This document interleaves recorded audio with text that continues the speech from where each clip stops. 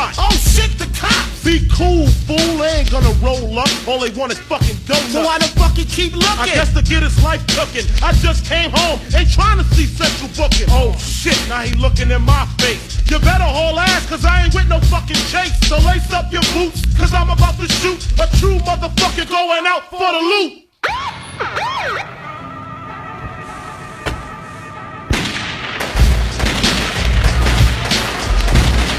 Take that, motherfuckers.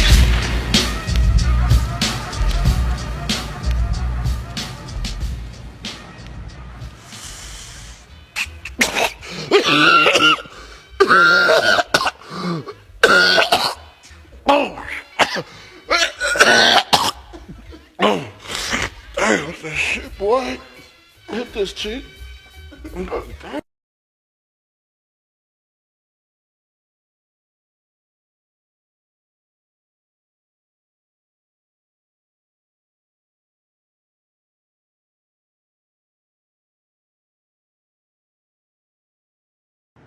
Guy in there killed your father.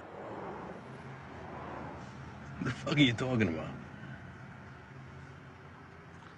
Barry Haydu. Detective Lieutenant in the Clifton Police Force. Retired today. That's his retirement party.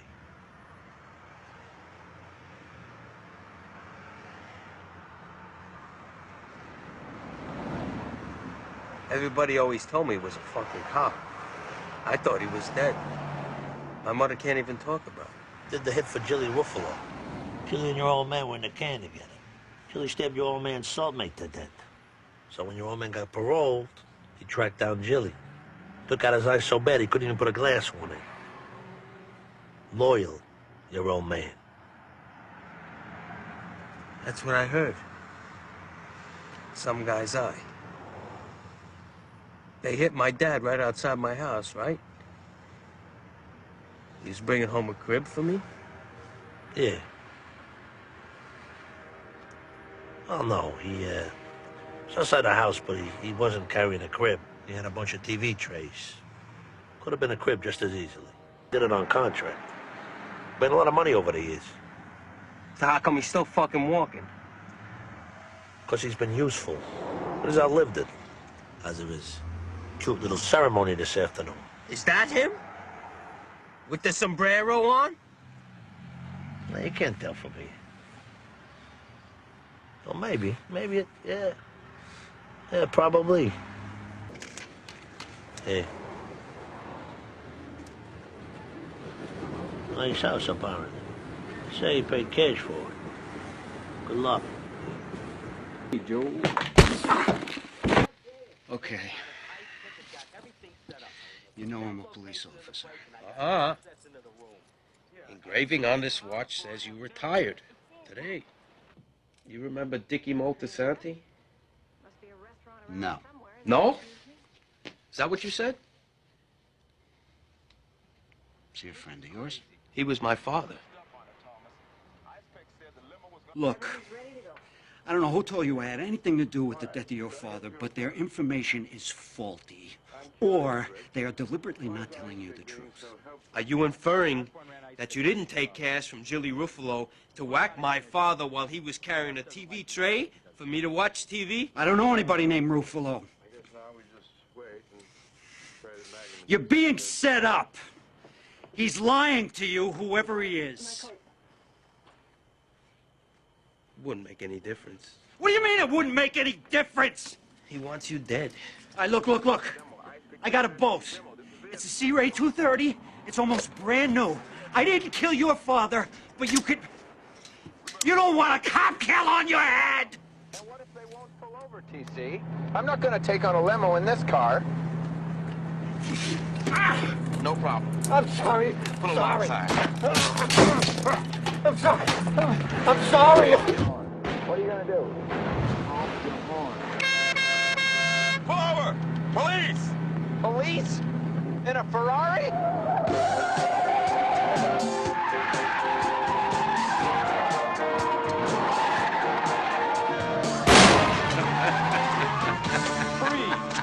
Don't move a muscle or I'll put a bullet through it.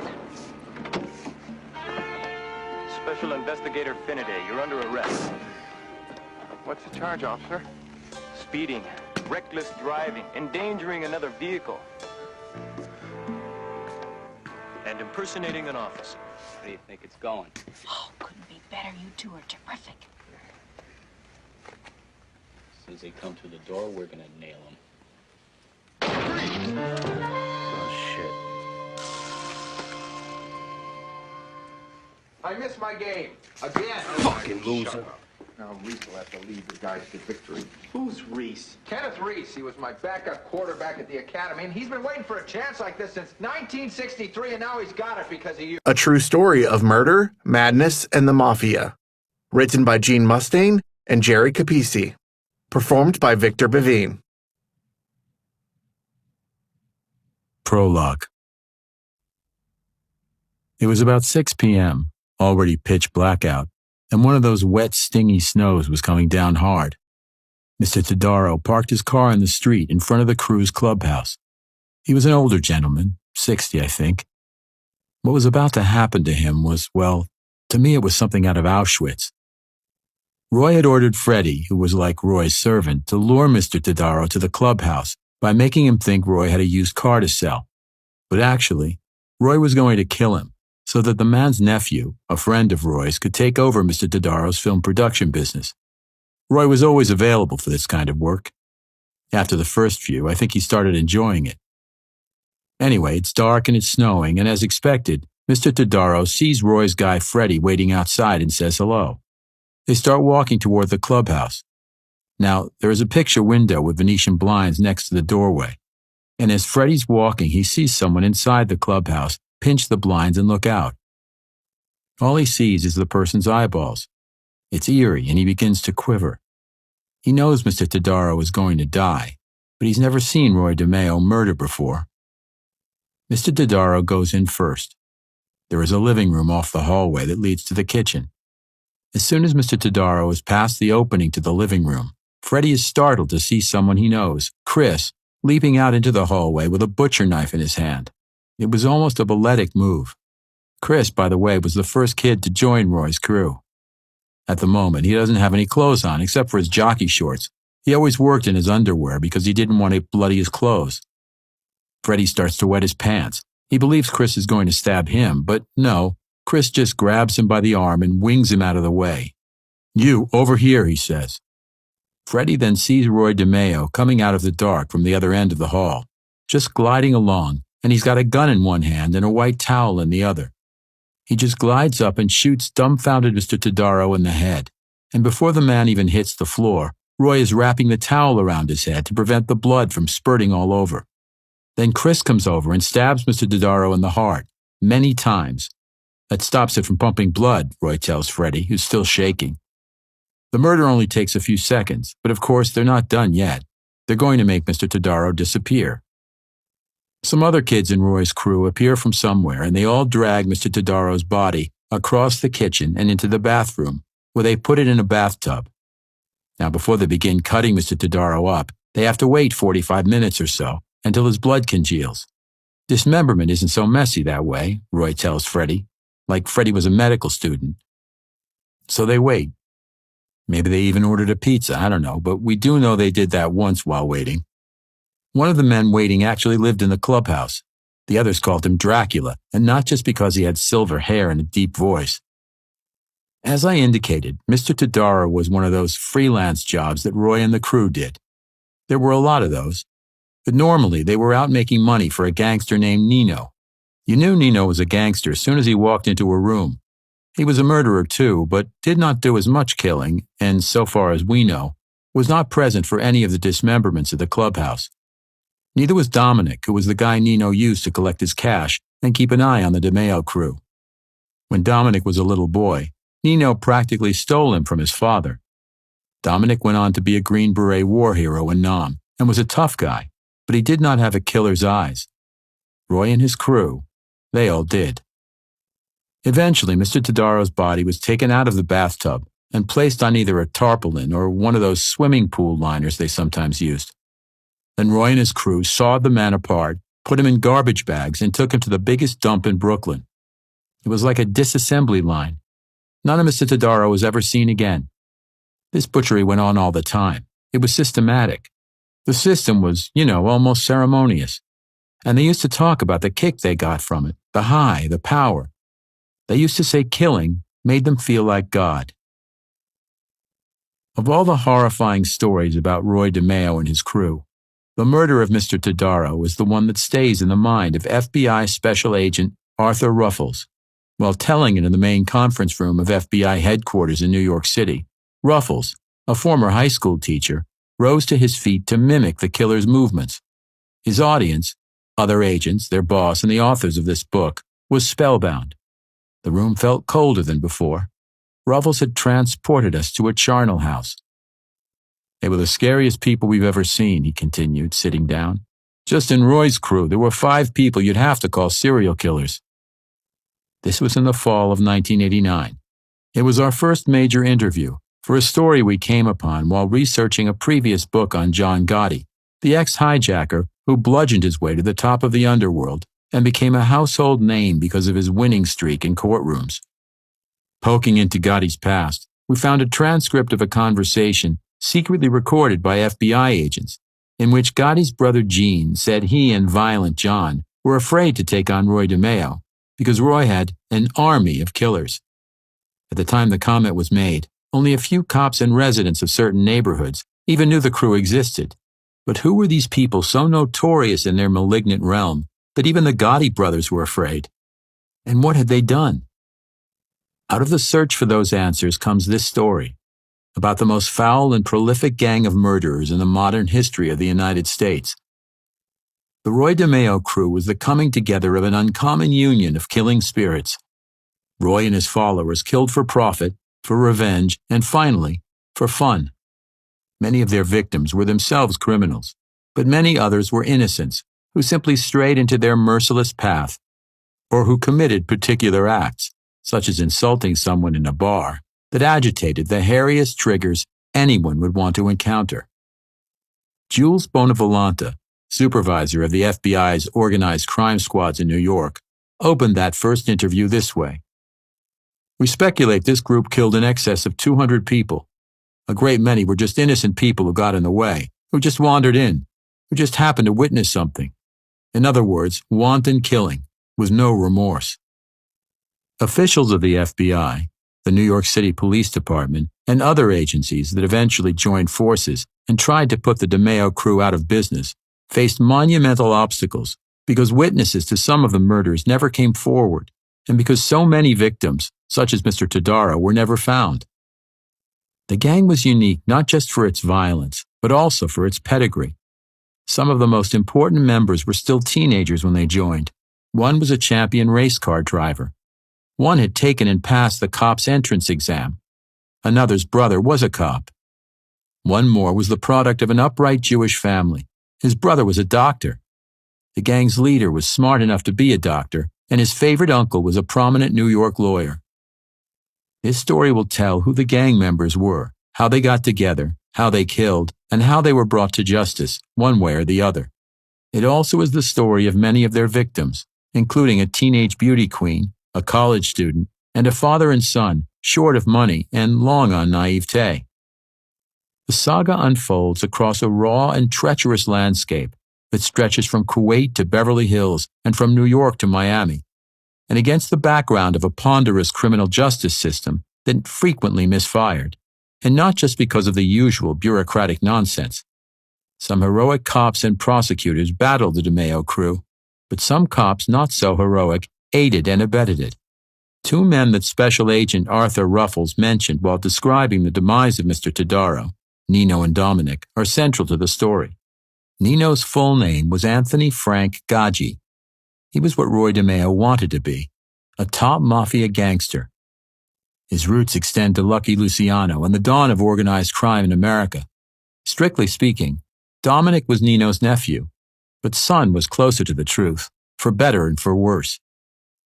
It is because of Dominic that we are all able to tell many parts of the story.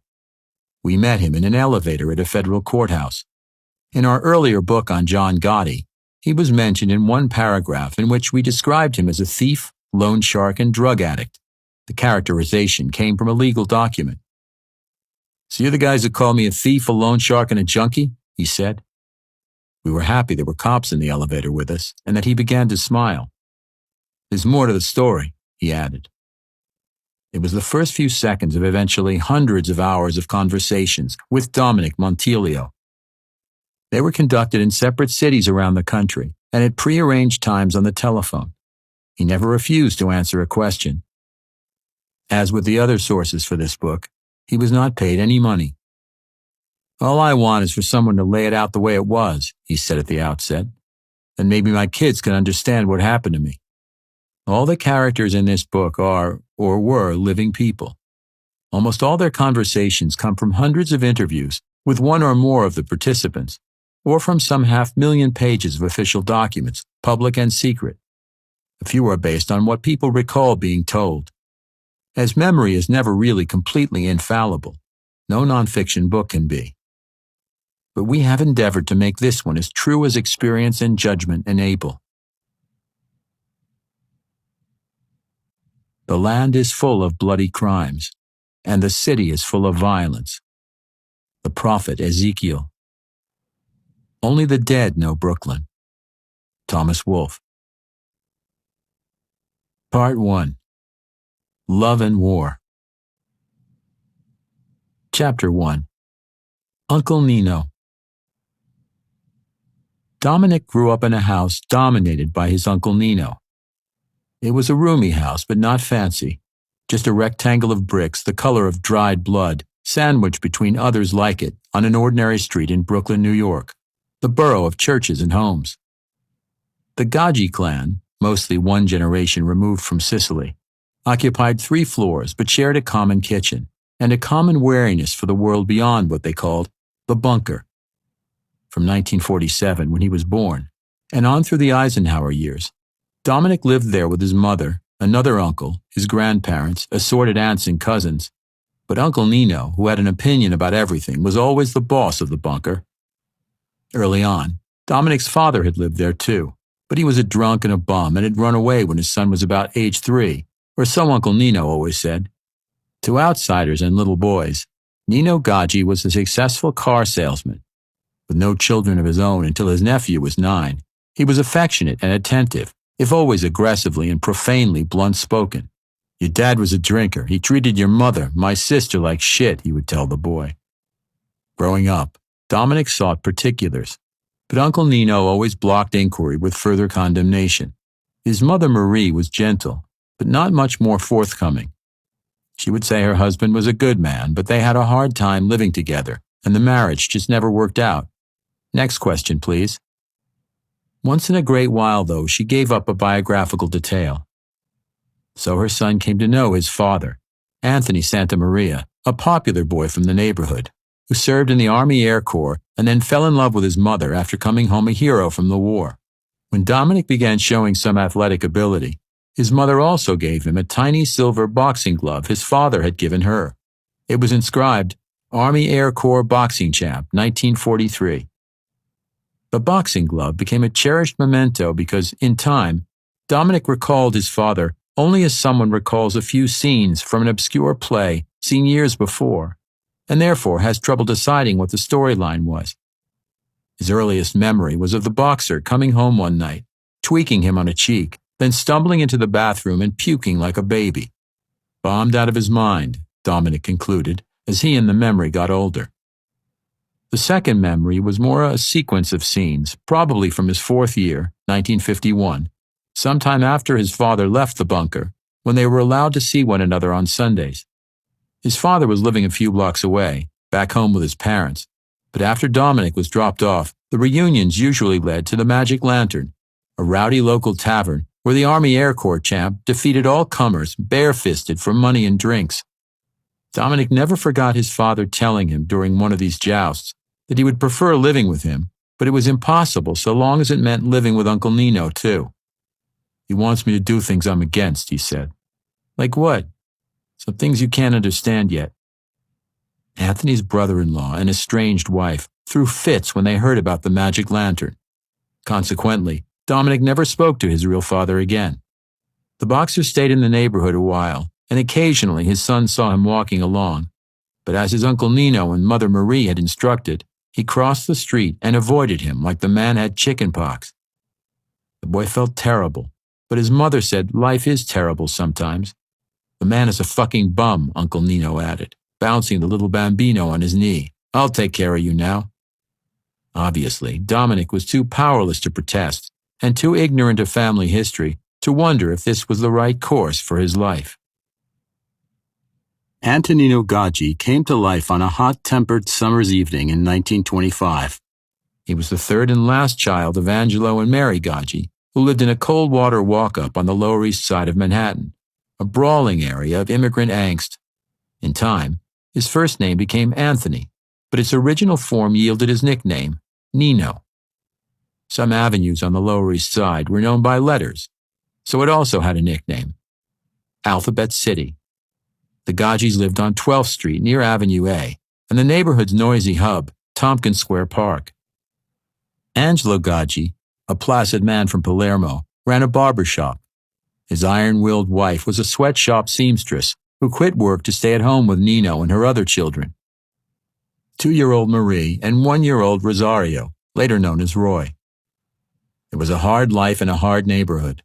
The couple wanted out as soon as possible, but the Depression hit and things got worse. Men stopped getting haircuts as often, and Angelo laid off barbers he employed. As soon as little Nino was able, he was put to work sweeping up and polishing the shoes of men lucky enough to have jobs. With a suspicious clan huddled together, with their common anxiety but different languages and strange rituals, the dense streets were always filled with disagreement. Children on virtually each block formed gangs known as mobs. Kids without the stomach for fighting were lucky to arrive at school with their milk money. In 1932, 7-year-old Nino posed for his first Holy Communion photograph at the Roman Catholic Church across the street. The photograph showed no trace of cowardice in his face, nor evidence of a lost fight. The camera did capture a remarkably handsome, utterly rigid child, appearing to possess great discipline. It was proof he had inherited his mother's willful personality. On the other hand, Nino's brother Roy resembled, both in appearance and demeanor, their father, a slender man with a prominent Adam's apple and a weak chin. Nino's sister Marie was somewhere between, solid and plain like her mother, but like her father, reserved and inclined to resign herself to situations. Mary Gaggi was so struck by Nino's photo. He was such a manly boy, she spent a few scarce dollars and made it a postcard she mailed to relatives. Because his mother doted on him and Nino took advantage, Nino's sister thought he was a mama's boy. The accusation always caused a prominent vein left of his jugular to swell. Its thickness was how people measured little Nino's anger. As his sister and brother had, Nino attended public school the first 3 grades, then transferred to the parish school behind the church across from his home. Besides after-school chores at his father's shop, he delivered flowers. By age 10, he roamed the Lower East Side confidently and was hanging out at Tompkins Square, the neighborhood piazza at Avenue A and 10th Street. This was the domain of Alphabet City's toughest gang, the 10th Street Mob. Its boss was a wild 13-year-old, Rocco Barbella, a ferocious fighter who took on much older boys before large crowds in the park. Later on, as Rocky Graziano, he became middleweight boxing champion of the world. Many fighters came out of the neighborhood, but only 10th Street spawned 2 middleweight champions. The second was Jake LaMotta, with whom Nino became friendly before Jake, like Rocco, was sent to reform school. The professional handle Jake adopted, Raging Bull, captured all the fury of Alphabet City. The mobs aligned along turf and ethnic lines, which was why a boy from 12th Street and Avenue A ran with the boys from 10th Street. With fists and sticks, the 10th Street mob fought the Avenue B mob, the 11th Street mob, and anyone who had a smart remark. They swiped fruit from pushcarts and clipped candy from newsstands, and when the mostly Irish cops of the day grabbed them, penalties were administered on the street. Nino never complained that he was given an official beating, but he developed a seething grudge against cops. Given the anti-cop grousing that went on in his father's shop, a beating was not required. All the official plundering of Sicily through the ages made contempt for authority a Sicilian tradition. Passing cops on the street, Nino sneered and swore under his breath. It was obvious that the cops operated according to a double standard. The men who ran the neighborhood's gambling, loan sharking, and fencing rackets operated in plain sight. It was obvious the Rackies were prosperous. Lucky Luciano, the biggest gangster in New York City, was out of an Avenue A walk-up. So it was natural that Nino emulated that life and stood on street corners flipping coins, mimicking George Raft as menacing Guido Rinaldo in a big film of the day, Scarface, the story of Al Capone, a New York-born Rackie. Nino's mother, Mary, knew the phenomenon. She grew up in the similarly disgruntled Hell's Kitchen neighborhood on Manhattan's West Side. One of her playmates was George Raft, and she always joked to Nino that her old friend became a movie star just by being himself and every other Guido Rinaldo on the corner. Nino's father, Angelo, was even more acquainted. A cousin of his, Frank Scalise, was a powerful gangster and an associate of the nation's most infamous men. Luciano, Capone, Meyer Lansky, Dutch Schultz. Scalise sat at the table when those men met and divvied up the rackets among families of criminals that collectively became known as the Mafia. Milquetoast Angelo did not move in such circles, but he and Scalise played together in Palermo as kids, emigrated about the same time, and still socialized at each other's homes out of a yearning for old country camaraderie. When Scalise came to 12th Street, neighbors buzzed over his car, clothes, and jewelry. How he made his living was not a polite topic, but an Alphabet City child did not need to be told when someone was connected. The sight of Scalise entering the Gaji walk-up boosted Nino's standing with the corner boys. With audacious solemnity, he told them, "I only want two things when I grow up. I want to be just like Frank Scalise, and when I die, I want to die on the street with a gun in my hand." The boys were well aware that death on the street was an occasional fact of that life. Now and then, people came running up to the church across the street from Nino's house to inform the pastor that some Rackie had been shot and was lying mortally wounded and in need of extreme unction, the church's last rites. When Nino was almost 14, he graduated 8th grade. Though contemptuous of the work, he began barbering hair in his father's shop. Between that and his florist's delivery job, he had spending money for the first time. Leaving childhood behind, he became acutely interested in the image he projected. He began dressing as sharp as funds allowed, and when his eyesight deteriorated, he chose spectacles so dark they appeared to be sunglasses. He also learned to play dice, but decided gambling was not for him. He could not bear losing and hated handing over money to anyone. He was intrigued, however, by the loan sharks who circled the dice games, charging the foolish gamblers up to 5% interest, or VIG for vigorish, a week. He saw that taking advantage of a sucker's weakness was what the rackets were about. Unlike his siblings, he did not even try high school. Low regard for education was another immigrant Sicilian tradition, especially if work was waiting at home. And Nino's parents provided that when they announced to his dismay that the family was moving to rural New Jersey, where they had bought a small farm. Nino stewed on the farm. In 1942, after war broke out in Europe and Asia, and after his 17th birthday, he tried to escape by enlisting in the army. He was 5'8", 160 pounds, and muscular from hard labor, but he was rejected during the physical exam because he was too nearsighted. This hardened the chip on his shoulder about men in uniform. In New Jersey, the adults did not adjust well to a farming life either. As Angelo Gaji later said, they were city people who barely knew a hoe from a rake. After 2 years, they gave it up, but decided against returning to the Lower East Side. Some of their relatives had since moved across the East River to Brooklyn, the promised land of immigrant families. In 1943, Angelo and Mary found a house they liked in Bath Beach, an Italian neighborhood on the southwest coast of Brooklyn. It was a roomy but bunker-like brick house, and affordable. $100 down, secured a mortgage for $8,550. The deed was placed in the name of the eldest child, Marie, the one who understood English best. Compared to Alphabet City, Bath Beach was a paradise. 100 years earlier, it was a fashionable resort area for the wealthy, and even by 1943, there were still only a few windswept marshes between the Gaji bunker on Cropsey Avenue and the Atlantic Ocean. Coney Island and all its amusement parks lay only a couple of miles away. Bath Beach adjoined Bensonhurst, a larger, similar community of immigrants beginning to make it. In both, merchants and residents replicated the culture of their old Sicilian and southern Italian villages. Tiny cafes and fruit and vegetable stands lined commercial streets. In residential areas, fig trees grew in backyards, and grapevines formed canopies over makeshift carports. 18 now, Nino scouted opportunity. Not to his parents' surprise or particular alarm, he turned to his father's connected cousin, Frank Scalisi, whose influence had continued to grow. He was a leader of the city's largest mafia gang and had made a fortune as a loan shark.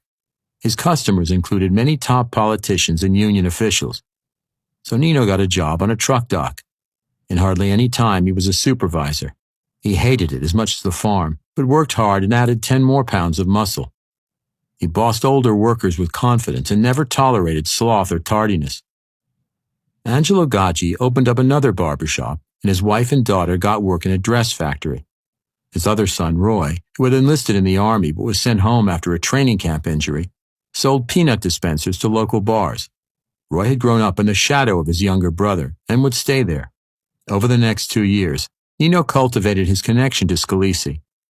At age 20, he quit his job on the truck dock, but not on paper. He was made a ghost employee as a favor to Scalisi. The phony job covered him with the tax man, and he began a full-time life on the sly. To his parents, he was still just devoted son Anthony, a respectful young man, as handsome as George Raft, strong and self-assured, and destined to find what best suited him. Mary Gaggi especially felt that way.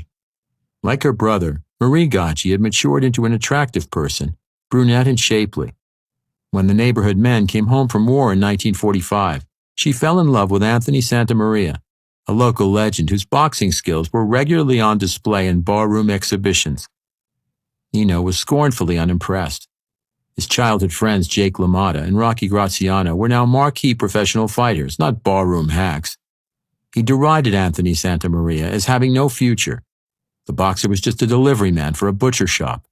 The man also drank too much, in Nino's exaggerated estimation. Nino did not drink liquor at all. He did not like losing control. He did not smoke either. He prided himself on having no personal vices. Marie resented her brother's heavy-handed opinions. Anthony Santamaria was always a gentleman around her. Late in 1945, they married, and he moved into the Gaggi bunker. 19 months later, their only child was born. Marie incorporated her gentle father's name into the infants, Dominic Angelo Santamaria. Anthony Gaggi was the only adult in the bunker who did not rise early in the morning to go to work, so he became Dominic's primary babysitter. Nino made his money at night, loan sharking in the bars and pool halls of Brooklyn, and doing whatever else came along. At home, his business was not discussed. He had a new car, cash, clothes, and no job. That said everything. His parents accepted life as it came. This way, everything was normal. Everyone in the bunker was the same way, including Anthony Santamaria, who just tried to keep his distance. In 1950, however, the relationship between brother-in-laws, strained from the start, grew frayed. It happened after Nino developed what would be a lifelong interest in the money to be made in the automobile business, one way or another, and asked Anthony to help stage a phony car accident so that Nino could defraud an insurance company. Anthony refused, and Nino began complaining that Anthony was a freeloader who abused Marie. With most men, Anthony would have answered these accusations with fists, but he feared Nino might strike back with bullets. At the bunker, he kept going his own way, but since everyone ate in the common kitchen, it was hard. A Cold War Anthony had no chance of winning set in. In time, with no money to take his wife and child away, he became sullen and defeated. He got deep into the bottle, began staying out late, arguing with his wife, and by 1951, his marriage was on the rocks and he was history. For all intents and purposes, 26-year-old Nino became the father of the 4-year-old Santamaria boy, Dominic. No one ever sat Dominic down and explained why and how Nino was different from other men. He was left to learn by osmosis, to read between the lines and keep his mouth shut. What indirect lessons there were came in the form of pointed remarks, such as when Dominic, shortly after entering the first grade, said to Nino that he wanted to be a policeman someday. On his way to Public School 200 each morning, he had enjoyed friendly encounters with cops changing shifts at the precinct station house across from the school. "I hate cops," Nino huffed. "No one in our family has ever been a cop." When Dominic, after hearing about the Korean War at school, next said he wanted to be a soldier, Nino said people were fools to die for anyone but their families. Because Uncle Nino was so sure about everything, his nephew was in awe of him. Dominic was age 7 the first time the police came to his house. In his room one night, he woke to a frightful racket. He knew but a few words of Sicilian, but they included police, which his grandfather was screaming repeatedly. He then heard a door slam, someone thrown against a wall, and Nino swearing loudly. His mother came and sat with him until he stopped bawling. Some men had just come to see Uncle Nino, she said. In truth, Anthony Gaggi had been arrested and taken away in handcuffs, not by police, but by the FBI. He was accused of running an international stolen car ring out of the used car lot he had opened in a nearby neighborhood, no doubt with the backing of Frank Scalise, who had become the number 2 man or underboss of the city's largest mafia family. Scalise lived in the Bronx, north of Manhattan, but supervised the family's various branches, the largest of which was in Brooklyn. Nino was not a made member of the family yet, and by tradition would not be until he demonstrated he was a capable money earner and a killer. The car operation showed the former. Over 2 years, Nino and 2 others created phony registrations for dozens of non-existent Cadillacs, then dispatched thieves to steal ones that matched. The hot caddies' vehicle identification numbers were replaced, new license plates obtained, with the bogus registrations were installed, and within hours they were on their way to some cash customer in Florida, Georgia, Texas, or Mexico. Nino was released on bail in a few hours. The next morning, no one in the bunker mentioned the FBI raid of the night before. Everything was normal, though Dominic went off to school with a first inkling of what Anthony Santamaria might have meant when he said Nino wanted him to do things he was against. Meeting expectations, he kept the revelation to himself. The stolen car case dragged on nearly 3 years, with all the classic earmarks of mafia tampering. Witnesses suffered sudden memory loss. Co-defendants who pleaded guilty either refused to testify against Nino or changed their stories from grand jury to trial. By early 1956, the federal prosecutor was left with a shell of a case, and a jury found Nino not guilty. Nino did not take the stand, adhering to the first vow a potential made man must make: absolute non-cooperation with official authority. While the case pended, Nino also took another vow: to love and honor Rose Mary Pizzella, a stunning blonde telephone operator whom he married shortly before his 29th birthday. She was 8 years younger, a ringer for Betty Grable, and had lived with her parents atop a furniture shop a few doors from his used car lot. She and Nino had to petition the judge in Nino's case to permit Nino to leave the state for a honeymoon, after which they took over the first floor of the bunker, forcing Dominic and his mother to smaller accommodations on the second floor. The couple's first child, a boy, was born a year later. Though a neighbor lady had become Dominic's chief babysitter, Nino still looked after him if the neighbor was unavailable and the other adults were still at their jobs. If he had business to conduct or people to see, he took his nephew along. At family events, the boy had bounced on Scalise's knee many times, listening to folk tales of Sicily and the suffering of its people. But now he began to meet others, with whom Nino would rise to power, men he was encouraged to regard as uncles. The first was Paul Castellano. Ironically, his father owned the butcher shop that once employed an upstairs tenant, Anthony Santamaria, as a delivery man. After his wife divorced him, however, Anthony had quit and was gone from the neighborhood by the time Dominic returned to the shop to visit Uncle Paulie. By appearances, Paul was following his father into the meat business. But he also was top aide to Carlo Gambino, who ran Scalise family business in Brooklyn. Carlo, a sly Sicilian who arrived in America in 1922 as a cargo ship stowaway, and Paul were cousins, and Paul had married one of Carlo's sisters. Carlo was 15 years older than Paul, who was a decade older than Nino. To Dominic, Nino always described Paul and Carlo simply as important men it was an honor to know.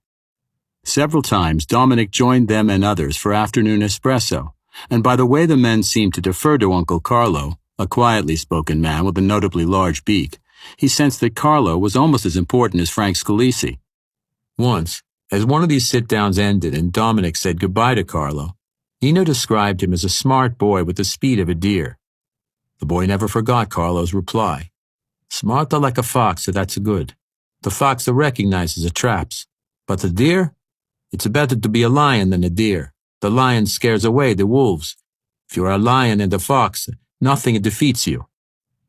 As any boy would, Dominic accepted Carlo's observations as original thoughts, and for several years quoted them to friends. Not until much later did he learn that Carlo was cribbing from the philosophy of Niccolò Machiavelli, the Italian Renaissance statesman. Carlo had found a veneer for his life in Machiavelli's famous treatise, The Prince. Whatever a ruler has to do to gain or hold power, he must do. Through the mid-1950s, Nino's body began showing the effects of a basically sedentary life. About the only exercise he got was taking his pet boxer Prince for a walk. He was still handsome, but now round-faced and jowly. He still had the smooth skin and inky black hair of his youth, but his muscles sagged and he had ballooned to about 200 pounds, which did not lie well in a man 5 feet 8 inches tall. He still drank only wine, but with a multi-course dinner. With his broad shoulders, dark wavy hair, brown eyes, and high, strong cheekbones, young Dominic was emerging as a chip off the Anthony Santa Maria block, right down to the small gap between two upper front teeth. Even though active and athletic, he also was a bit chunky around the middle. In school, the boy made friends easily and caught on quickly. One day in 1957, his 10th year, he came home all excited and wearing a blue button with the word President stenciled across it. He rushed to tell Nino how he had been honored by his classmates. "Guess what happened?" he asked, so impatient he supplied his own answer. "I got elected class president." "What does a class president do?" "I take care of the class when the teacher leaves the room. If anyone's bad, I write their name down." Nino frowned. "That just means you're a rat." "A rat?" "A rat, a stool pigeon. You can't be a stool pigeon. No one in our family can be a stool pigeon. You go back and tell your teacher you can't be no class president." "But I was elected," Dominic said meekly. "It isn't for our family. Tell the teacher you can't do it." The next day, Dominic did as ordered. His teacher asked why many times, but he never gave a straight answer. His evasiveness was proof that the lessons he received at home were having their effect. Telling the truth would have made him a stool pigeon against Uncle Nino. In Bath Beach, as when they lived on the Lower East Side, the Gaji clan were members of the local Catholic parish, St. Finbarr's, but as before, only the women and the children went to Mass regularly. As Nino's mother had with him when he was a boy, Dominic's mother exposed him to the church's doctrine and ceremonial rituals, but as with Nino, not to much effect. For instance, he never made the connection between his surname, Santa Maria, and the Feast of Assumption, when Mary was said to have been assumed from earth straight to heaven. When at his confirmation ceremony on May 5, 1957, Dominic became a soldier of Christ, the day was more a revelation of familial relationships than a reflection of any religious significance. The ceremony began with him and other children lined up outside the church, with the adults they had selected as their godfathers and godmothers, their protectors in life should anything happen to their parents.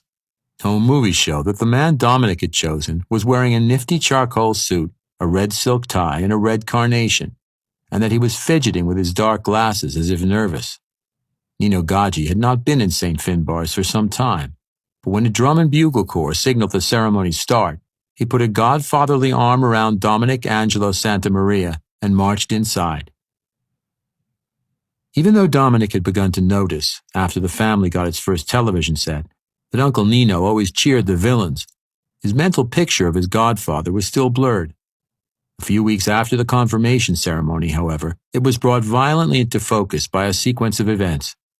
One afternoon in June 1957, a distinguished-looking man, dapperly dressed in pale yellow slacks and a matching shirt, was buying peaches at his neighborhood deli in the Bronx when an assassin came from behind and shot him 4 times. The victim, Frank Scalisi, was 62 years old. The next day in his home, police found 100 photos of him vacationing in Italy with Lucky Luciano, the former hero of Avenue A, who 10 years before had been deported as an undesirable alien for helping bring the mafia from Sicily to New York. They also recovered his loan shark book, a ledger of illegal loans that included the names of some 20 prominent officials. In Bath Beach, Marie Gaji told her son that Scalisi had passed away, but at the wake in the Bronx, Dominic learned the harsher reality and overheard Scalisi's fiery brother Joseph vowing revenge. Not much later, the Gaji family traveled to the Bronx again, this time to comfort the family of Joseph Scalisi, who had disappeared. "He left last Friday and just never came home," Dominic heard one of the sobbing relatives say, as his highly agitated godfather huddled in a corner with many grave-looking men. Some weeks later, with still no trace of Joseph Scalisi, a gangster named Albert Anastasia was assassinated in a Manhattan hotel. The press reacted as though Mayor Robert F. Wagner himself had been killed. No one tried to shield Dominic from the radio or television coverage, and he concluded that the adults intentionally decided to let him learn the hard truths about Nino and the important men from strangers. The news reports identified Anastasia as the leader of New York's biggest criminal gang. His former right-hand man was Frank Scalisi, whose brother Joseph was also presumed murdered. All the murders were part of a war between two gangs. The new boss of the Anastasia gang might be Carlo Gambino, who was sly like a fox. This last report struck Dominic like a thunderbolt, and he added a silent kicker, and strong like a lion. After Anastasia was in the ground, Nino announced it would be best if the Gaggi family stayed inside the bunker a few days. Filled with new information, Dominic knew that a siege was on and took it as a test of his bravery and loyalty. Holed up, the family passed the time as normally as possible by playing cards and games. The only discordant note was sounded by Dominic's mother, whom he heard complaining to her parents about the stupidity of that life of her brothers. Although it was like sitting around waiting for a bomb to go off, Dominic managed to act as normal as anyone. The boy, who had lately taken an interest in music, even tried lightening the mood by singing for them his favorite song, Little Darlin'. Naturally, no one ever openly discussed what was happening outside the bunker. One day the siege was over, and that was it. Dominic felt he passed his tests and had survived real peril. He began feeling wiser and somehow more special than his classmates at Public School 200. He was a keeper of secrets, so big he could never even admit to having them. The next 2 years were comparatively uneventful. If there was still a power struggle in the underworld, Dominic could not tell by the demeanor of Nino, nor uncles Carlo Gambino and Paul Castellano, when he saw them at lunches and family occasions. It was a happy time of music, sports, and friends. He added "At the Hop" to his repertoire and formed a neighborhood group, the Tune-Ups. His fire-plug body was put to good use as a catcher in the Bath Beach Bensonhurst Little League, and he stole the first kiss from a girl at Coney Island. He began to develop keen pride in his Brooklyn heritage.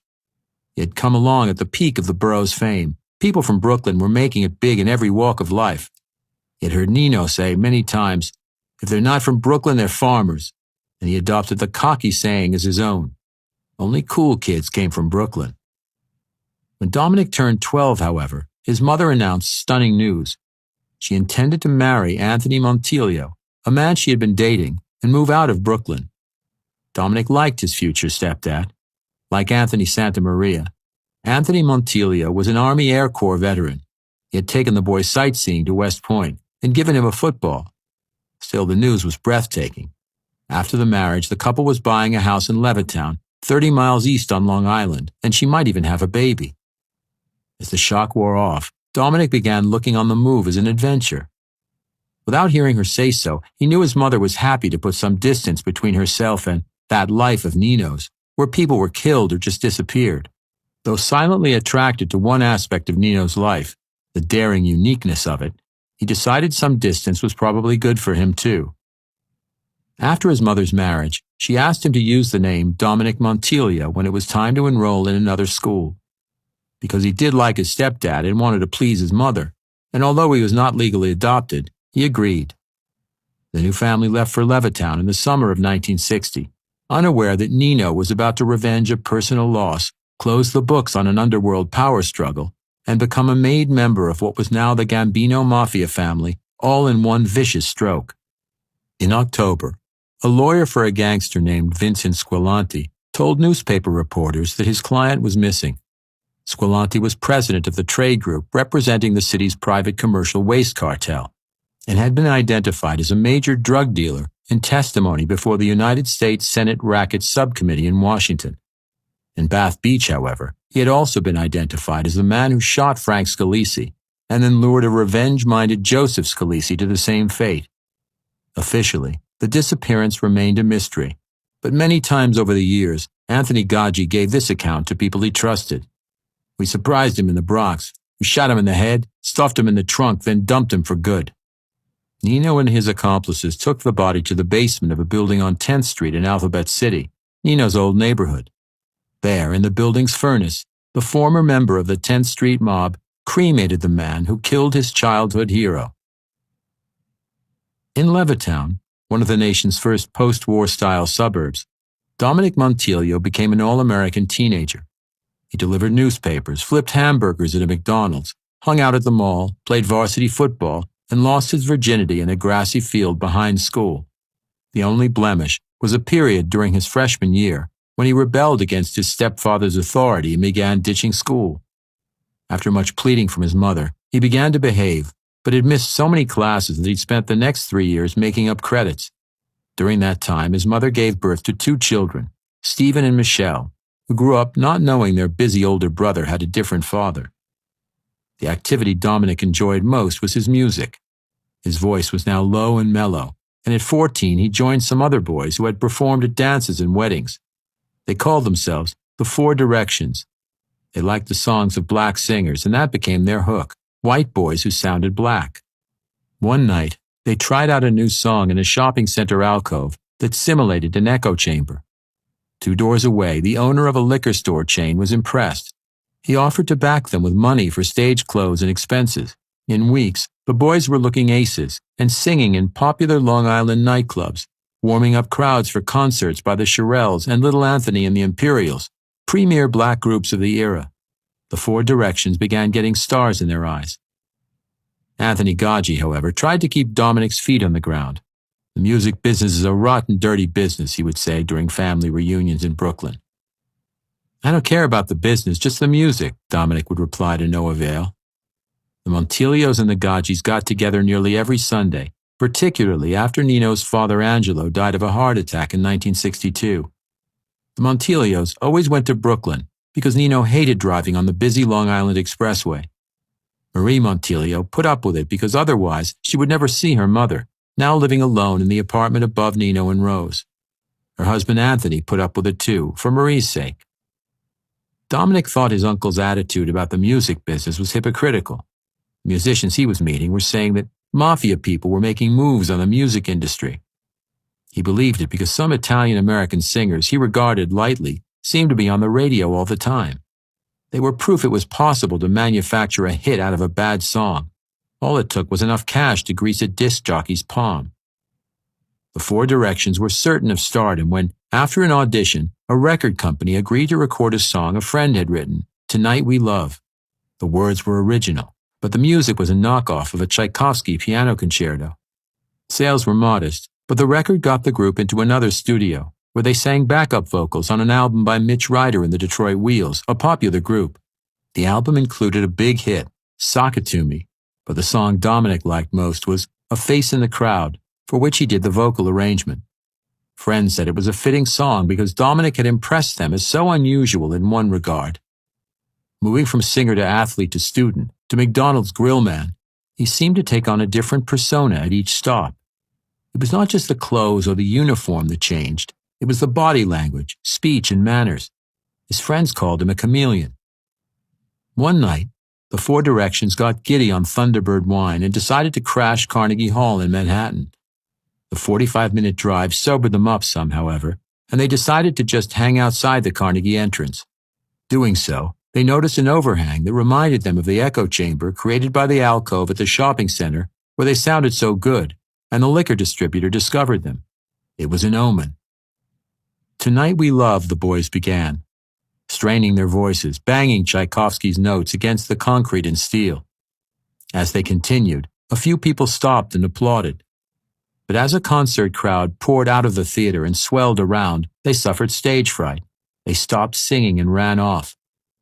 A few blocks away, a limousine pulled alongside them. A chauffeur got out and said his boss was in show business and wanted to meet them. The Four Directions returned to Carnegie Hall and met June Havoc, hostess of a television variety show. "I'd love you to be on my show," she told them. Just like that, the Four Directions made their television debut. It led to other shows, including an American Bandstand-type show in Cleveland, where the guests also included a young couple, Sonny and Cher. Dominic chatted with both, but the Indian-looking Cher, with her peculiar beauty and black hair to her buttocks, so unnerved him he never remembered anything she said. Promoting Tonight We Love, the Four Directions also played Arthur, a club in Manhattan owned by actor Richard Burton's former wife Sybil, and the Uptown Theater in Philadelphia, a famous black club whose audience clapped them to 2 encores. Still, the Four Directions act was limited. To make it big, they had to have a runaway hit record and to establish their own image. They could not make it big singing only other groups' songs. A friend in another group wrote them a song they thought would do the trick, but the label that had recorded them before was not interested.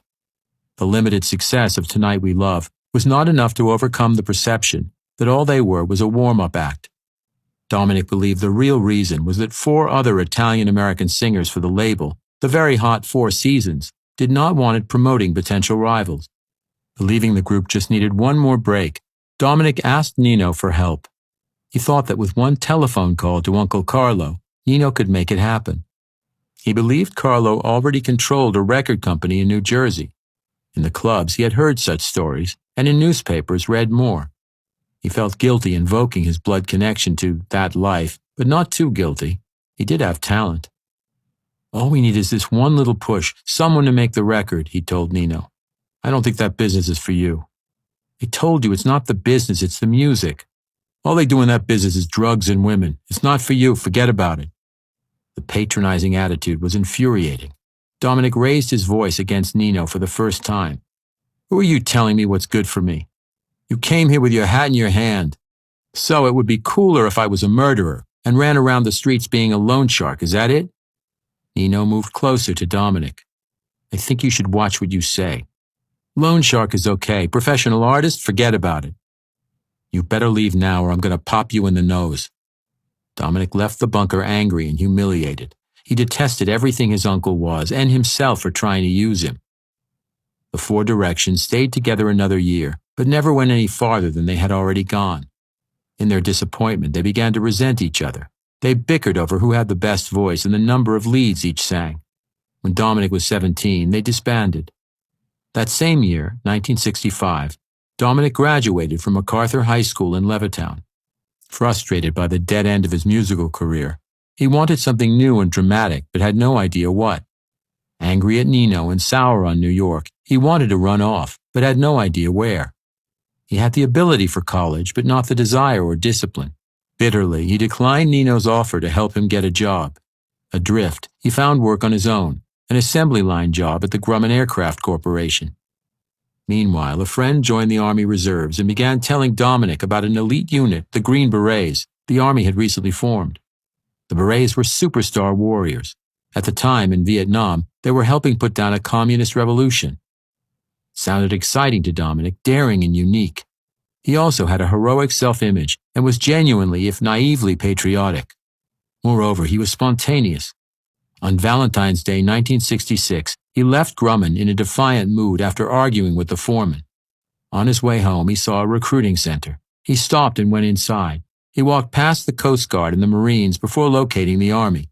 The Four Directions breakup had not completely shattered his confidence. I want to be a Green Beret, he said.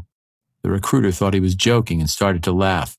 Just because you want it doesn't mean you get it. It ain't that easy. Didn't ask if it was easy. Okay? I can't guarantee you Green Beret. All I can guarantee you is basic training. After that, if you want to be a Green Beret, you must volunteer and be accepted for advanced infantry, then Airborne Ranger School, then Special Forces School. That's Green Beret. But only if they want you. Great, where do I sign? That night, the new recruit told his stunned mother, if you're going to go to war, you might as well go all the way. His mother did not like the bravado. It reminded her he had some Anthony Gaggi qualities. But as the shock wore off, Anthony Gaggi was the reason she became supportive. She feared her restless son might eventually run toward Nino's world. The Army put him on a different path. Just remember to stay alive, she said. Puffed up, Dominic went to Brooklyn to tell Nino, and got a reaction only partially expected. People are getting killed over there, you idiot. And for what? To prop up a bunch of rice farmers? It's insane. I know it sounds corny to you, but I am going to fight for my country. Dominic paused. like my dad did and my stepdad. They were stupid too. Don't fight for generals, fight for us. If you want to die, die for your family. Dominic was startled by Nino's last words. For the first time, it sounded as though he was referring to the Gambino family, not the Gaggi or Montilio. He felt anger, surprise, fear, and pride all at the same time, and was momentarily speechless. I ain't going to die, he finally said, then marched away. Chapter 2. Bully Boy. Not long after Dominic left for the army, Nino became acquainted with a young man with neither the looks nor the talent for the music business.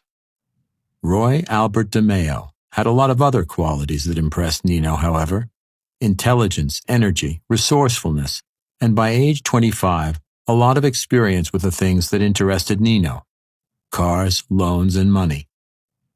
Roy did not wear this completely on his sleeve, not yet anyway.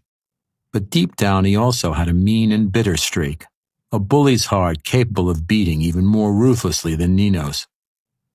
They met when Roy came to Bath Beach one day to visit his mother, a widow who had recently moved into the home of a widowed friend who lived a few blocks from the bunker.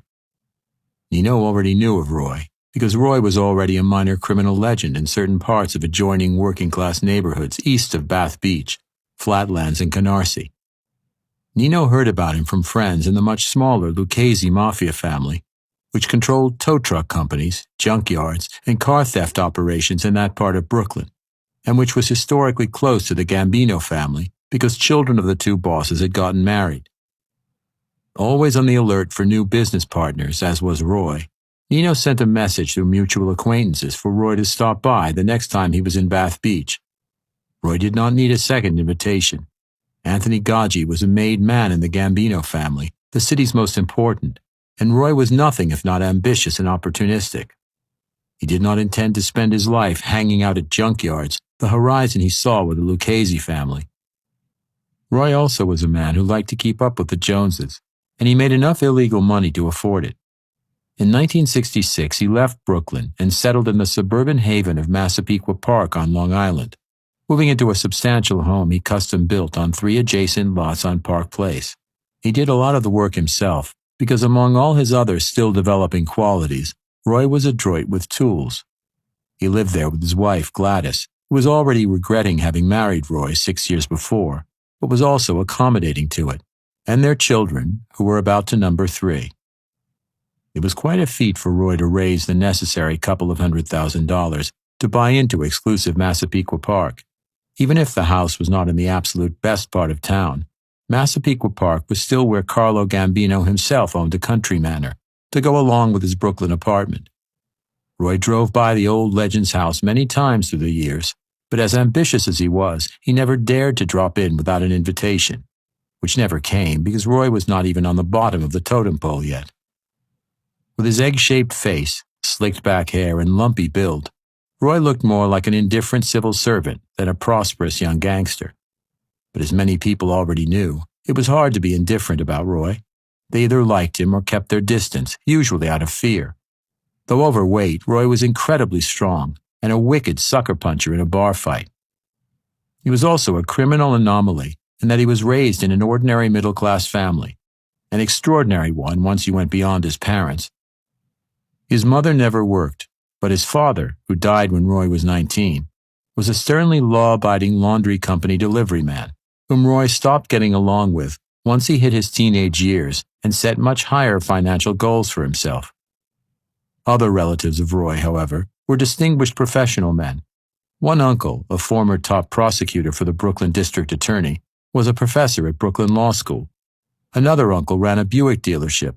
His father's cousin was the medical examiner for New York City, a big job. Roy's mother, who he did get along with, always wanted him to be a doctor too, he always said. "You know something?" Roy would say later in life. "I am just my family's black sheep." "You know something" was a phrase he put at the front of many sentences, as if he wanted people to concentrate on the unique statement he was about to make. From Massapequa Park, Roy still drove his new Cadillac into Brooklyn each day, back to his base of operations and his roots. His office was a blue-collar bar, Phil's Lounge, that was just a few blocks from his childhood home in Flatlands. He rarely had a drink at the bar, though Roy did like a drink at home after the day's scheming was done.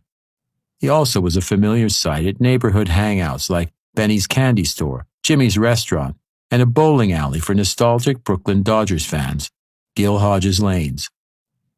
Roy may have gone to live next door to the Joneses, but since high school and for the rest of his life, he worked among the Profachis, the Denomis, the Ferrangis, the Doughertys, all friends and acquaintances from his below 20 years. Flatlands was a historic neighborhood. Roy's childhood home was 5 blocks from where the first Dutch settlers in Brooklyn built their village square. Saluting a town in Holland, the explorers christened the settlement New Amersfoort, but that name eventually gave way to one descriptive of what attracted them, flat land. The treeless plains of that far western section of mid-17th century Long Island suited the Dutch, who were inexperienced at clearing forests. The land was occupied by Delaware Valley Indians known as the Canarsie, meaning fort in their language. The main encampment of the Canarsie was across a narrow inlet of the Atlantic Ocean to the east, and so the area across the inlet from Flatlands became known, with a variant spelling, as Canarsie. At the start of the 20th century, non-farm families began moving into Flatlands. The first subdivisions were built in the 1920s. By 1941, when Roy's family arrived, most of the community was paved over.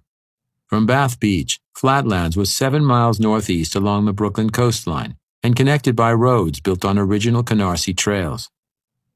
Roy's family moved into a very bunker-like red brick house on Avenue P when he was just a month old, and the 4th baby of Anthony and Eleanor DeMeo.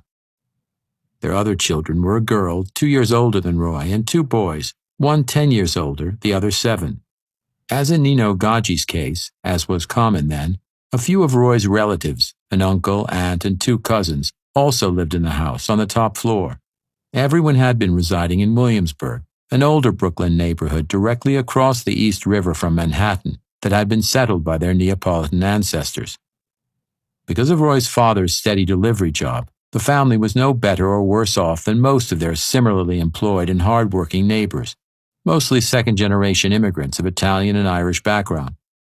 Still, like everyone else, the family watched its pennies, especially after Eleanor gave birth to her 5th and final child, another boy, in 1950.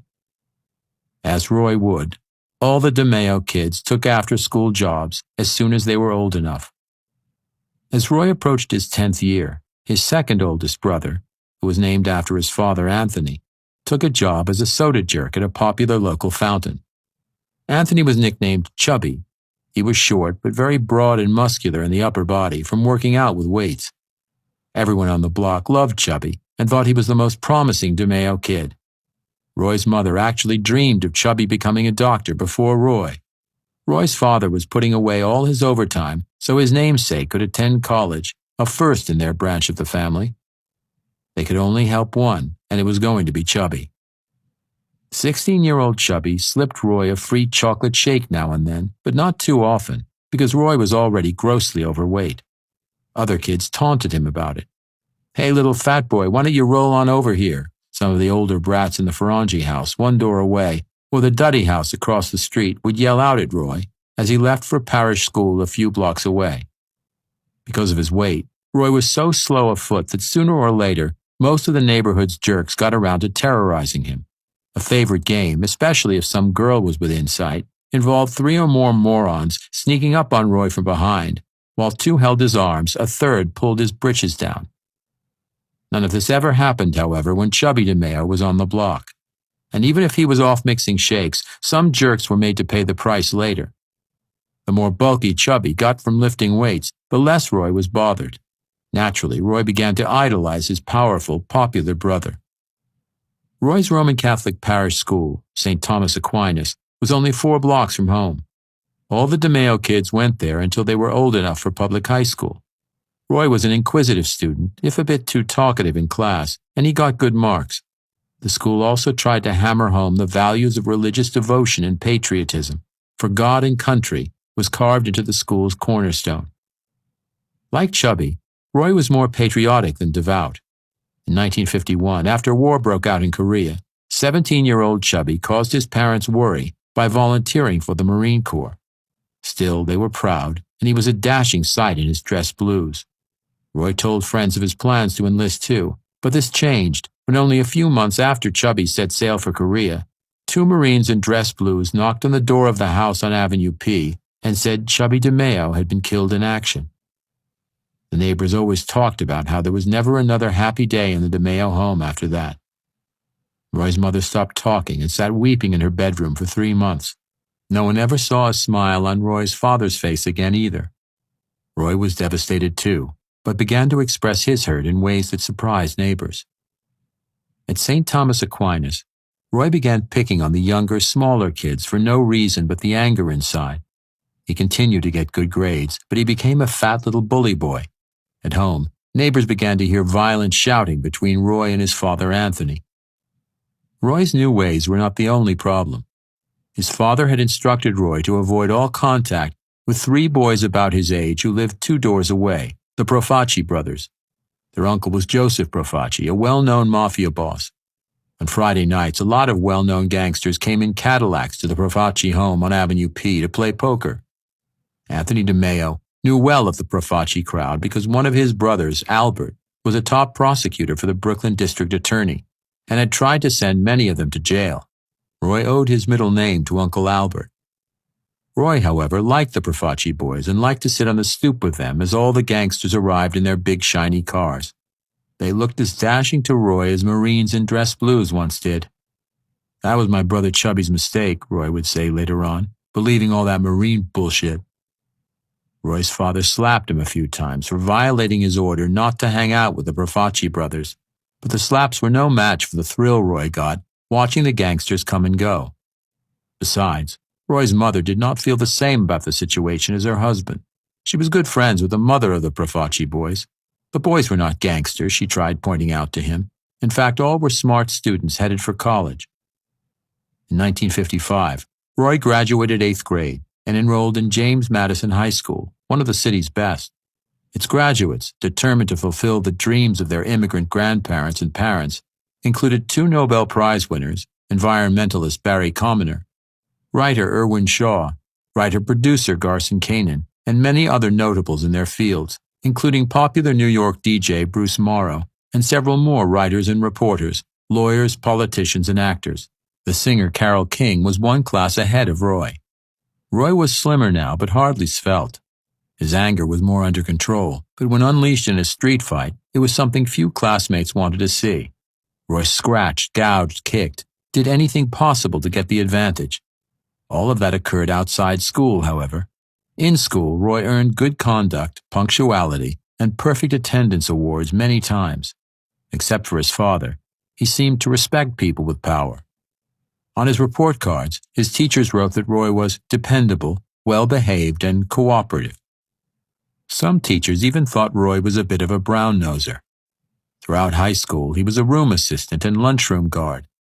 Stool pigeon jobs similar to the one that, in 1957 in Bath Beach, had gotten newly elected class president Dominic Santamaria Montilio in such trouble with his Uncle Nino. Disappointing his mother, who wanted him to try and become the doctor Chubby was supposed to be, Roy elected to concentrate on manual arts in high school. His impatience to get out of his father's house and begin making money was too strong for him to think about committing himself to 8 or more years of study. It certainly was not because he could not cut it academically. Competing against some of the city's ablest college-bound students in mandatory academic classes, he scored well above average. With students in shop classes, Roy talked about the Profaci crowd. With students in biology class, he talked about his Uncle Albert, a prominent prosecutor and a man who had power. Uncle Albert's name was frequently in the newspapers, most notably for putting away some brainy boys from Williamsburg who murdered a vagrant, apparently on a lark. In what was known as the Thrill Kill case, Albert DeMeo defeated the big-time Manhattan defense lawyers hired by the boys' wealthy parents. One irony of Albert's work, of course, was that he prosecuted friends and relatives of Roy's friends, the Profaci boys, including Joseph Profaci, their uncle. Albert, however, lost more of these cases than he won. A characteristic of mafia cases, he complained often enough for Roy to hear, was that witnesses get up on the stand and don't say what they said to the grand jury. Roy never forgot that indirect lesson or its implication. The witnesses had been intimidated, and the technique worked. At James Madison, Roy was an honor student in manual arts. The curriculum plan permitted him to leave school early in the afternoon to work. So at age 15, he found a part-time job stocking shelves and delivering groceries on a 3-wheeled bicycle for Banner Dairy, a local grocery store. The store manager, Charles Healy, a young Marine just home from Korea, did not understand why Roy sneered about this until he learned about Chubby from other teenagers. Roy also impressed Healy as one of the hardest workers he ever met. When Roy made deliveries, he loaded the bike with twice as many orders as anyone else. Soon he was making up to $100 a week, great money for a teenager in 1956. Working in the store, Roy slimmed down further. Like Chubby when he was that age, he also put on muscle.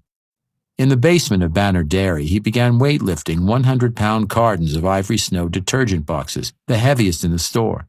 He called it working out with Ivory Large, and it became a ritual. The store manager and others gathered to watch him work out. "Okay, Roy," Healy would say, "that's 11. One more, you break your record." Roy broke his record many times, but eventually lost interest in weightlifting. Gradually, he put on weight again, but retained his Ivory Large upper body strength. Healy, who became a cop and then a United States Marshal in Brooklyn after his days at Banner Dairy, once teased Roy about a much larger kid he also employed there. "You better not fool around with Dave, he'll knock you on your ass." One day, Roy and Dave started teasing each other. It got out of hand, and Roy attacked his opponent so ferociously, scratching, gouging, kicking, that Healy became frightened. He and some of his other stock boys managed to pull Roy away, but not before Dave was a pulpy mess. "Roy is scary," Healy said after he sent Roy home and Dave was carted away. While still in high school and with delivery money to burn, Roy started loaning money to friends and eventually to anyone who asked. His reputation as a dirty fighter, newly reinforced by accounts of his attack on Dave, assured prompt payment of principal and vig. Loan sharking was just the sort of contaminant Roy's father had in mind when he ordered Roy to avoid the Profaci boys. And one day not long after it began, neighbors saw Roy and his father slugging it out in the middle of Avenue P.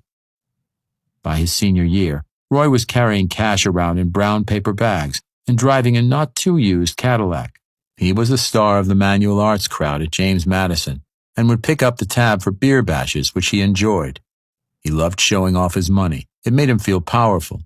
More and more teens short of cash on date night borrowed money, and by the time he graduated in 1959, Roy was, for someone 18, fairly prosperous. He told the yearbook editors that his career goal was business. Because he was overweight and not the most handsome guy in Flatlands, Roy was not successful with neighborhood girls. Soon after graduating, he married one of the first who ever said yes to a date. Her name was Gladys Britton. She was petite, quiet, 2 years older, and cute. She also was a good person and out of a respectable family, so Roy's parents were happy for him and her. As his oldest brother and older sister had, Roy left the house on Avenue P, leaving only a younger brother at home. Between his job and the loan sharking, Roy was able to rent a nice apartment not far away. At Banner Dairy, he became assistant manager, an occasional apprentice to the man who ran the butcher shop. The man taught Roy how to slice apart whole steers quickly and efficiently. Roy was just marking time at Banner Dairy, however. By now, he fully intended to make his living as a loan shark. There were just too many suckers out there, and he kept putting more money on the street, as he described it. On the night of December 12, 1960, Anthony DeMeo, Roy's 55-year-old father, was found dead in a subway car, felled by a heart attack as he went to work. Roy did not wish his old man ill, but he got over the death more quickly than he did Chubby's. And when his mother took her youngest son and went to Italy for a few years to grieve and live with relatives near Naples, Roy suddenly had no immediate family members around. Roy and Gladys, however, had already started building their own family, and in 5 weeks' time, Gladys gave birth to a baby girl, the first of 3 children she had during the next 8 years. Roy was wild about his kids, less so over time his wife.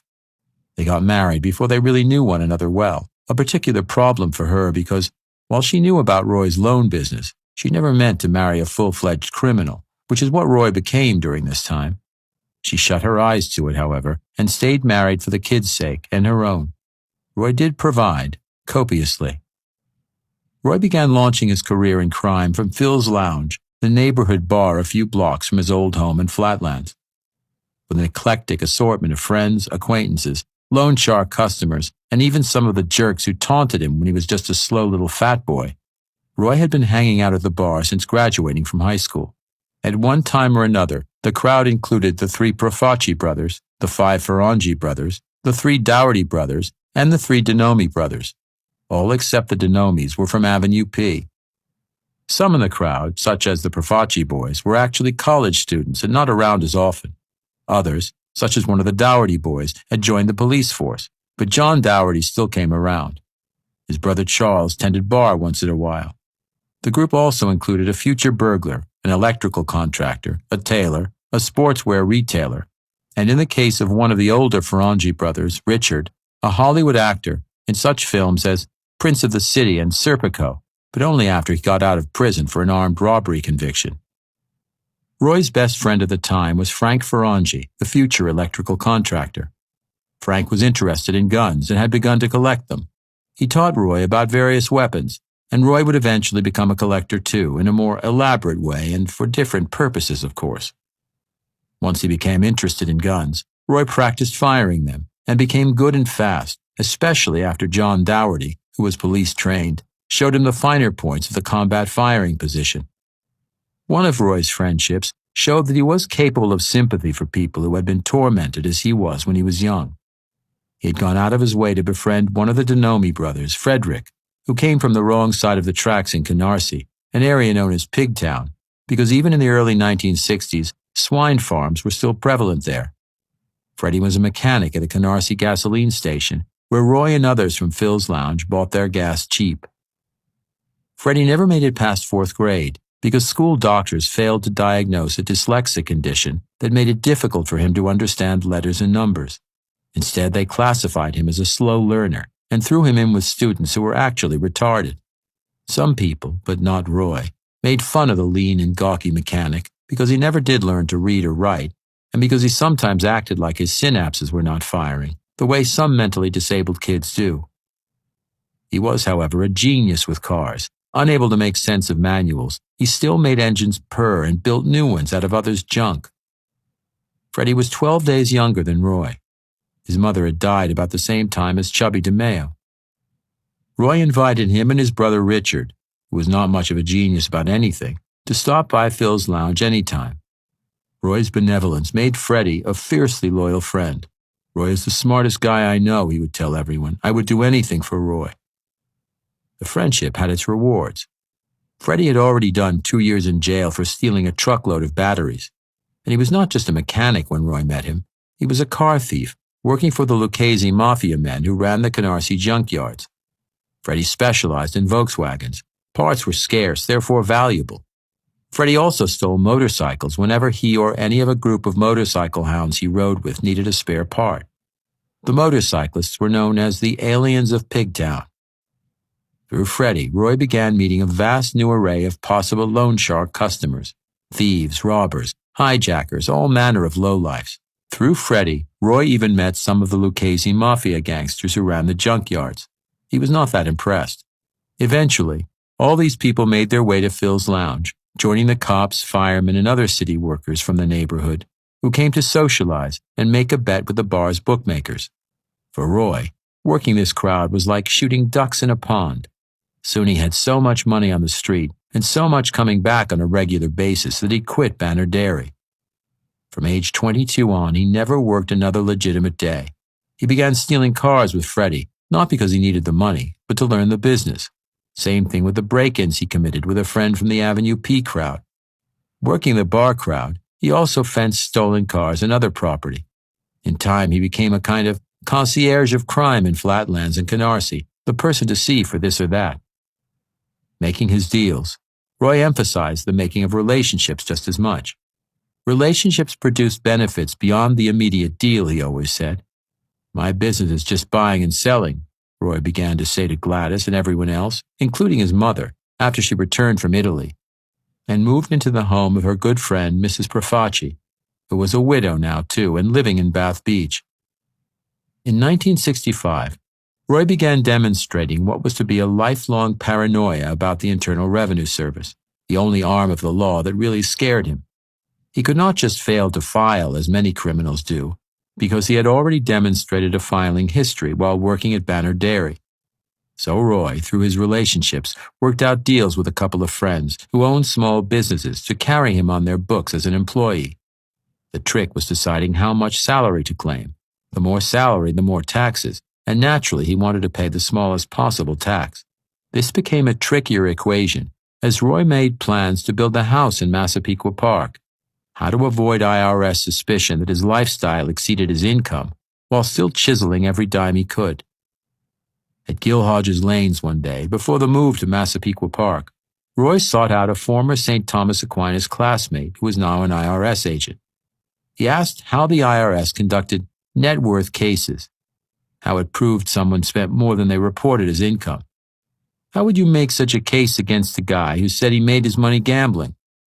The agent put Roy off, one of the rare times Roy was unable to develop a relationship, and it angered him.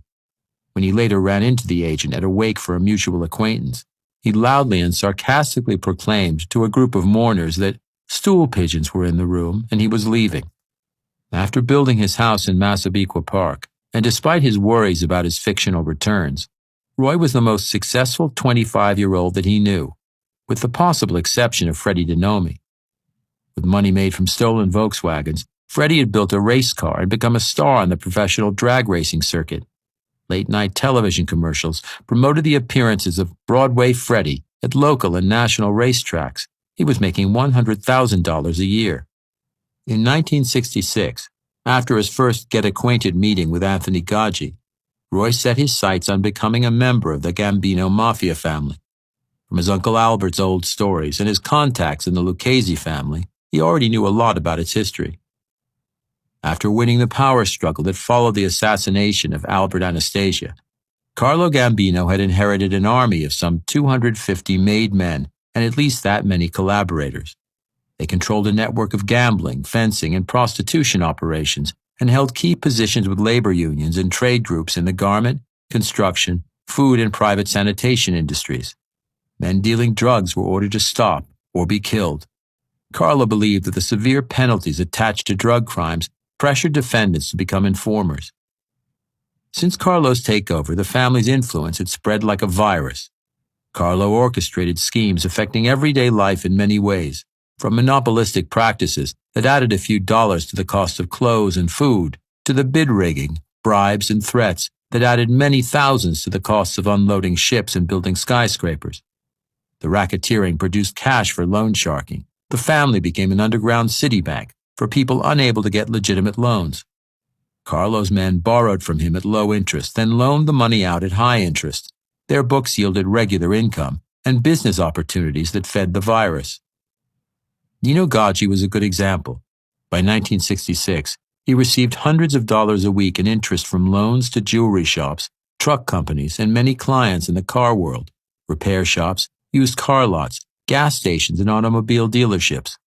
The customers knew that if they failed to meet their obligations, they had to invite their unforgiving banker into their businesses, and thus Nino had become a secret owner of a restaurant in Manhattan, a film processing lab in Brooklyn, and another Manhattan operation that made and distributed counterfeit copies of X-rated films. Although doing well, Nino wanted more. That's what the game was about, and that's why he wanted to meet the dynamo from Flatlands, who was making so much he had already built a fancy home, whereas Nino was just beginning to scout out property in Florida, on which he intended to build a deluxe getaway for himself, Rose, and their children. It increased Nino's status in the family if he also earned more for Carlo and Paul. By mafia tradition, a soldier was obligated to give his capo a negotiable percentage of his earnings, just as the capo was expected to do the same with his boss. Predictably, nearly everyone cheated, but the more money one earned, the less it hurt to give some up. To test a possible relationship, Nino proposed that he and Roy co-make a loan to one of Nino's customers, a used car dealer who wanted to expand. Roy jumped at the chance and promised to pick up the man's payments and faithfully bring Nino's share to him. That way, dependable Roy would get to see Nino more. That same year, 1966, Roy began building another relationship that eventually led him to the business Carlo Gambino had banned, drug dealing. Like the one he had with the pitiable mechanic, who became a successful drag racer, Freddie DeNomi, this relationship was a person he felt sympathy for, a 16-year-old kid with a huge chip on his shoulder because he was short and Jewish when he wanted to be tall and Italian like all his friends. Just as with Freddie, Roy met Chris Rosenberg at a gas station in Canarsie, and he could see that underneath the chip the kid was ambitious and smart. For one thing, he knew who Roy was. Chris was making a few bucks dealing marijuana, and Roy loaned him some money so he could deal in larger amounts. Throughout the late 1960s, Roy continued to nurture his relationship with Nino. They made more loans together, and Roy found new markets for Nino's counterfeit X-rated film operation. Roy and Nino each had what the other wanted. Roy was a moneymaker. Nino had influence. Working for Nino, Roy would have Gambino family cachet, which would enhance his money-making, especially if he too ever became a made man. So by 1970, Roy was working for Nino and giving him hundreds a week just for being his boss. During that time, Roy also brought Chris Rosenberg along, loaning him money for more drug deals and selling off the cars that Chris and his friends stole to his connections in the Canarsie junkyards.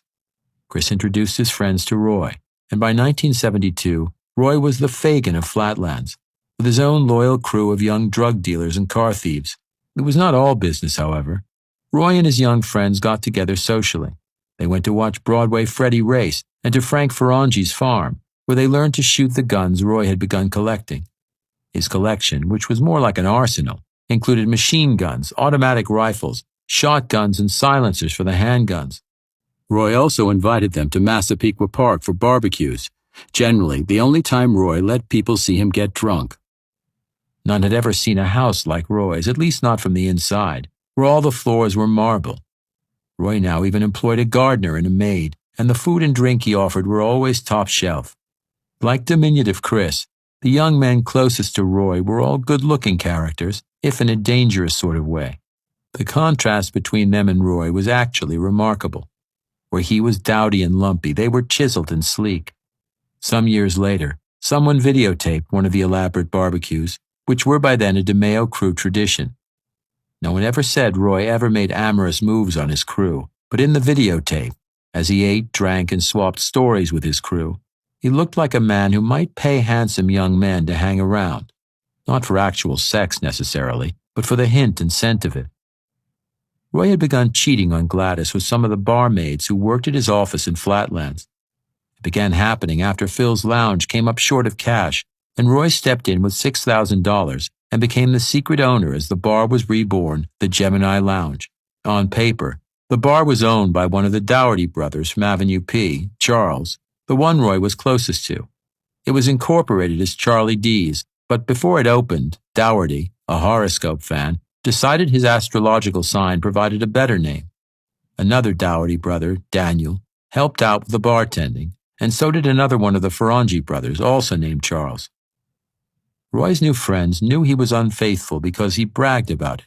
Success with women was something Roy never experienced as a teenager, but now that he had money and status, at least in the Gemini Lounge context, Roy discovered that some plain Janes would jump into bed with him.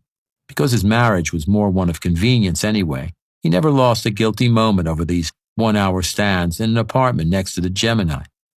Even if his marriage was a good one, he probably would not have felt guilt, given the gross remarks he would make about his tawdry conquests. "I made her do things you wouldn't believe, and then I fucked her in the ass," Roy would tell his young friends. With Roy, sex was money. It was a way to show how strong he was. Roy's neighbors did not fail to notice that a lot of young men were always pulling into Roy's driveway in fancy sports cars, but they were too discreet to comment on it in front of Roy and accommodating Gladys, who were actually a popular couple on Park Place. If Roy noticed his neighbors raking leaves, he offered extra trash bags. When he cleaned his garage, he invited them to take what they wanted before tossing anything away. The front porch of the DeMeo's two-story, bay-windowed house offered a lovely view of a sloping, tree-lined yard, around which strong-armed Roy personally erected a corral-type fence.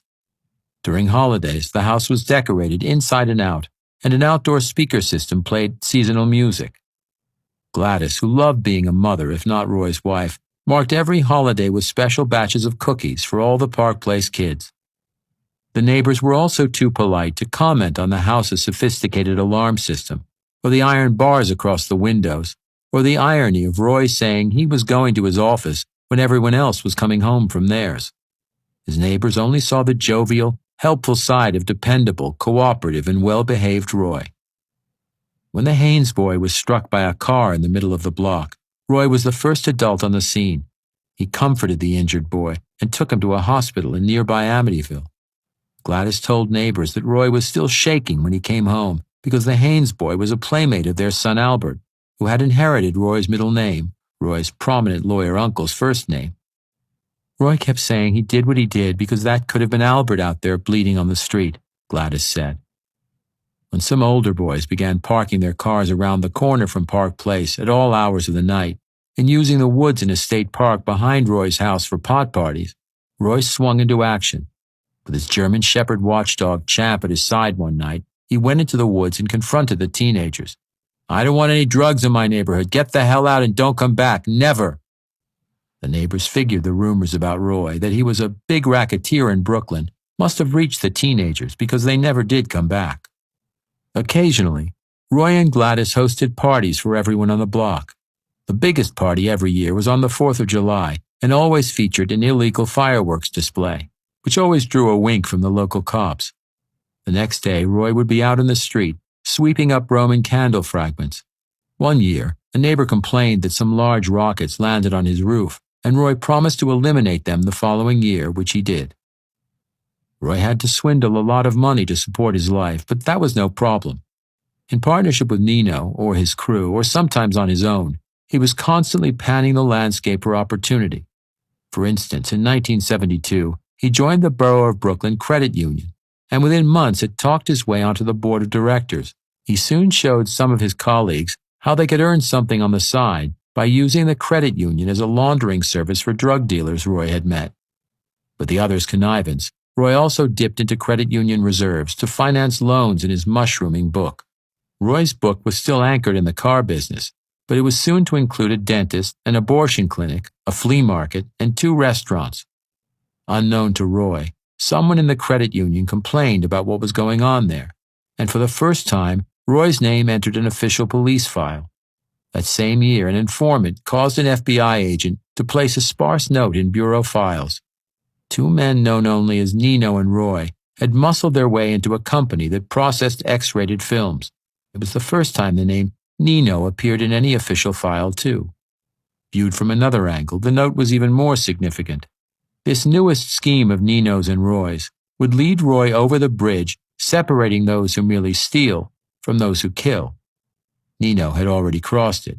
Once Roy did, removing the last barrier to unrestrained criminality, the bully in him would surface again in new, monstrous ways. Paul Rothenberg's X-rated business was a natural extension of the counterfeit film business Nino already had, for which Roy had been finding new markets. It was also a perfect extortion target. It was lucrative, yet small, uncomplicated, and only semi-legitimate. With a partner, Rothenberg owned 2 film processing labs. The labs served commercial clients, but also producers of X-rated and, in some cases, clearly pornographic movies, by the standards of New York's obscenity laws.